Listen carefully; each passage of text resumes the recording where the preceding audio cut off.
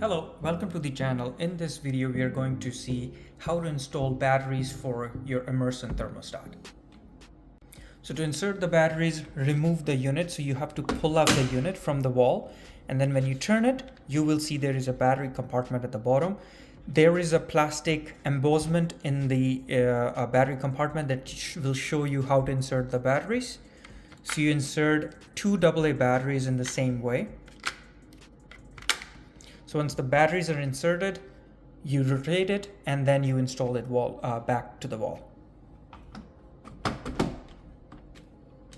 Once it's installed, you will see the battery sign on the very top. And that will show you the battery percentage or the battery life. And then as it goes low, then you can change it again later. Thank you for watching. Please like the video and subscribe to the channel.